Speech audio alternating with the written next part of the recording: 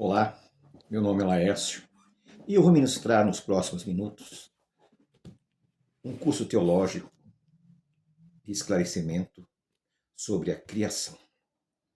O livro de Bereshit, em hebraico, traduzido por Gênesis, ele nos fala sobre um Deus todo-poderoso que criou o céu, a terra e tudo que nele há. Quando fala céu, fala do universo, todo o universo, tudo que existe, ele criou do nada. E a Bíblia relata que ele vai criar esse planeta do nada. A Bíblia diz que nesse planeta as águas cobriam todo ele. E o espírito deste Deus pairava sobre essas águas, pairava sobre o universo. E ele, em 7 dias, ele vai criar tudo aquilo que nós vemos hoje. Alguns teólogos acreditam que esta criação de 7 dias são 7 dias literais. Outros ensinam que eram eras, e cada era foi milhões de anos. Porém, se nós considerarmos o poder desse Deus, ele poderia ter dito, em um segundo, tudo teria surgido. Porém, nós não sabemos os desígnios que ele tinha e por que foi criado em 7 dias. A Bíblia nos relata que esse planeta, que nós chamamos de Terra, que na verdade deveria chamar água, porque tem mais água do que terra, ele chamava-se Éden. E a Bíblia diz que Deus colocou um jardim no Éden. E colocou um casal para cuidar e zelar pelo jardim. A palavra que a Bíblia usa é querub, guardador, protetor. E existe um relato que nesse jardim, esse casal tem um encontro com um ser chamado Nahas. Os tradutores optaram em traduzir por serpente, cobra. Na verdade, a palavra Nahas, ela tem vários significados e nós não temos com exatidão o significado deste nome. A história vocês conhecem, nós não vamos nos prender aqui. Mas apenas vamos levantar a seguinte situação. Esse casal transgride um dos princípios que eles não poderiam tocar na árvore do bem e do mal, e eles comem o fruto, eles caem em desgraça, e eles são expulsos desse jardim para não comer do fruto da árvore da vida e tornar-se imortais, pecadores imortais. E a Bíblia diz que Deus coloca um querube ali para proteger a entrada do jardim e uma espada flamejante circundava o jardim para que eles não adentrassem. Então nós vemos aqui que esse relato não é um relato biográfico, não é um relato histórico, é um relato profético, é um relato simbólico da criação. Nós cremos piamente que foi criado o homem, criado esse planeta, criado tudo que há em 7 dias. Não há relato algum nas Escrituras Sagradas nesse princípio, até o período pós-babilônico, de um personagem, um ser criado por Deus, que se rebelou, se tornou o que viria a ser chamado Satanás e diabo. A palavra Satanás em hebraico é Satã, que significa opositor. A palavra em grego é diabo, que significa também opositor. Porém, após o exílio babilônico, os judeus que dali retornaram, eles vão trazer uma crença que lá nos 70 anos eles aprenderam, que era uma crença dos persas. A divindade que dominava os persas e existe até hoje era Zoroastro. E essa religião do zoroatrismo, ela cria no bem e no mal 2 personagens com o mesmo poder, com a mesma capacidade, lutavam entre si, o bem e o mal. E os judeus trazem essa crença. Porém, essa crença não tem sustentação bíblica. Até aí não existe nenhum relato de uma guerra no céu em que esse personagem, Satã, vai liderar anjos que vão segui-lo e serão expulsos do céu. Nós vamos ver que houve lá no Apocalipse um relato semelhante, né? Vai dizendo aí sobre esta guerra.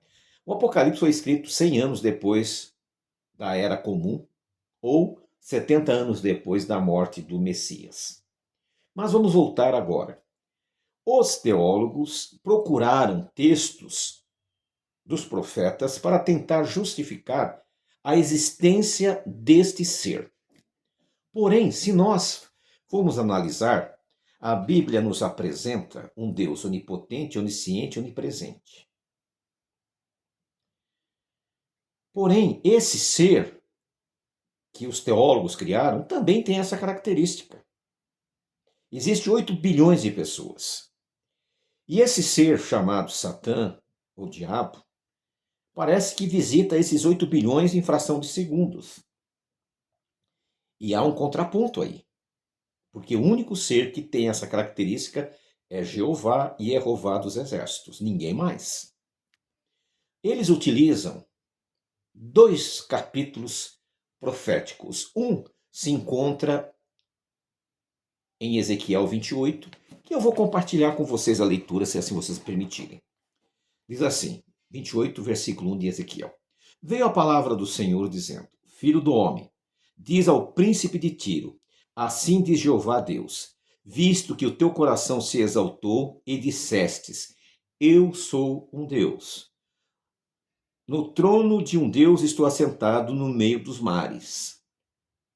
Entre cochetes, se tu homem, e não um Deus, mesmo colocando o teu coração com o coração de Deus. Eis que tu és mais sábio que Daniel, e não há segredo que te ocultes. Então esse ser criado era mais sábio que Daniel.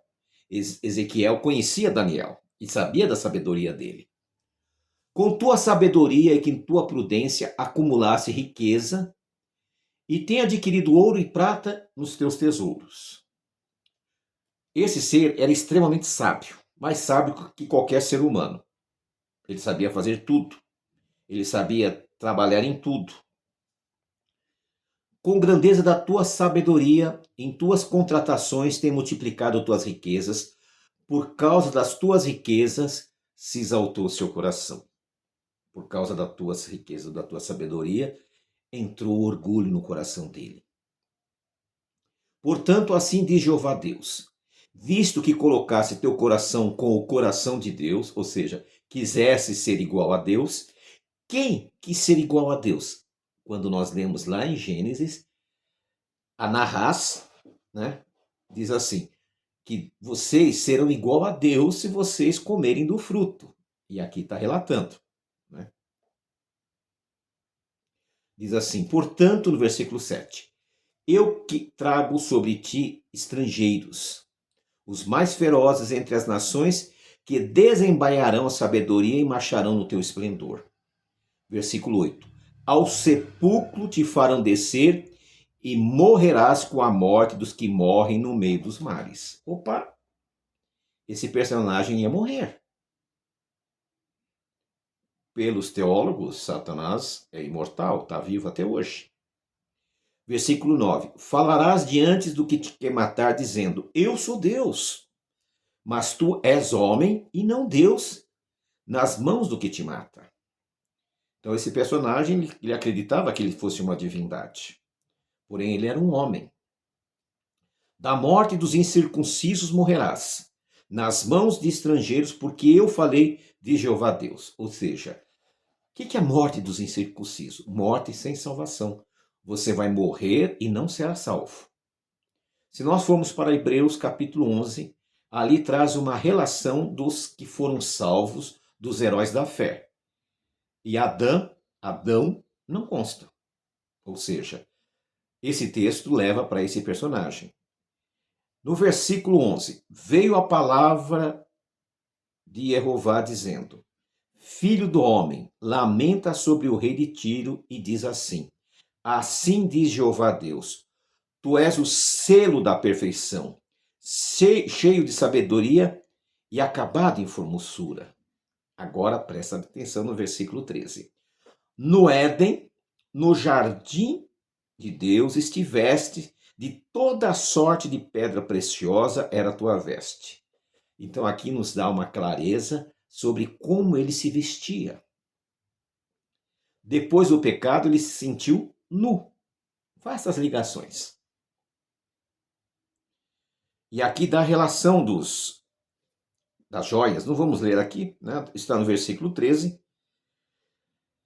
E você depois faz a leitura. Na última parte. No dia em que foste criado, foste preparado. Tu eras querubim protetor, ou seja, tu eras guardador do Éden, de asas estendidas, e eu te pus no santo monte de Deus. O santo monte de Deus é Sião, e nós temos plena consciência que Sião é em Jerusalém, e ali era o jardim do Éden. Eu te pus no santo monte de Deus, e ali estivesse no meio das pedras, e ali por ali passeava. Versículo 15. Perfeito eras em todos os teus caminhos, desde o dia que fosse criado, até que achou iniquidade em você. Por causa da multidão de teus pecados, teu interior encheu de violência e pecaste. Por isso eu te expulsei do monte de Deus. O Senhor expulsa Adão e Eva do jardim como coisa impura, e te lancei entre as pedras de fogo, e ó querubim protetor. Lembra que eu falei que a palavra querubim é guardador, ele tinha sido colocado para guardar, ele pecou, ele foi expulso. Teu coração se exaltou por causa da tua formosura, corrompesse a tua sabedoria por causa do teu esplendor, eu te lancei por terra diante dos reis e te pus como espetáculo. Então nós vemos aqui o relato de Ezequiel 28 que os teólogos usam para falar sobre esse personagem. Porém, é nítido, claro, que esse personagem não se trata de um ser criado por Zoroastro, né? Um deus mau, o diabo, Satanás, como as pessoas assim o chamam. Esse ser é Adão. Nós não vamos ler agora Zacarias 14 para que esse vídeo não fique longo, perdão, Isaías 14, para que esse vídeo não fique muito longo, mas eu sugiro que você leia. Então você vai ver que esta crença, ela é um pouco ambígua. Porém, você vai dizer, mas lá na vida de Yeshua, ele vai ter vários encontros com seres que ele chamavam de demônios. E aí, o que você me explica? As pessoas confundem Satã, diabo, com demônios. Esse estudo, vamos estudar posteriormente quem são os demônios. Em hebraico, daimon. Depois nós vamos estudar com vocês, mas não confundam, uma coisa não tem nada a ver com outra, são coisas diferentes. Esse estudo é específico para mostrar que não existe relato da criação de um ser, um anjo que caiu, que se colocou contra Deus e que está até hoje, né, por aí vagando, e que visita você quando você tenta você para que você caia e se coloque contra Deus. Não existe nenhuma citação. É diferente do que nós vamos estudar sobre os demônios e sobre aquele personagem que está lá no Apocalipse, quando diz que houve guerra no céu, Miguel e seus anjos expulsaram Satã e os seus anjos e foram lançados no abismo. Mas é um outro estudo. Esse estudo específico é para comprovar que no Tanar não existe esse ser. Porém, Jó nos esclarece que existe um ser que está sendo, que ele presta respeito e ele se coloca sob a autoridade de Jeová Deus. E se Jeová Deus permite, ele vai tentar para testar a fé. Mas só com a permissão de Deus. Não existe nenhum ser que coloque o reino de Deus, que coloque o poder de Deus em perigo. Não existe nenhum ser criado que coloque qualquer risco à criação de Deus. Por isso, esse primeiro estudo é polêmico, mas cabe a você analisar. Siga o que eu disse aqui. Qualquer dúvida, nós estamos à disposição. Nos comentários, coloque ali a sua pergunta. Se você discordou, explica para a gente. Olha, eu discordei por isso, por isso, por isso. Se você concordou, olha, eu concordei porque está correto, por isso, por isso. Isso ajuda que a gente possa melhorar os nossos estudos, ajuda que a gente possa também alcançar mais pessoas. Se você já é inscrito, não deixe de dar o seu like, né, o seu joinha. Se você não gostou, não tem problema, deixe o seu dislike. Nós não vamos ficar tristes com isso. Pelo contrário, nós vamos ver aonde houve um erro, um equívoco, para esclarecer para vocês. Peço também que compartilhe esse vídeo com outras pessoas. Isso vai ajudar a mudar a concepção de muitas pessoas que vivem subjugadas por um ser que não existe. Até o próximo vídeo.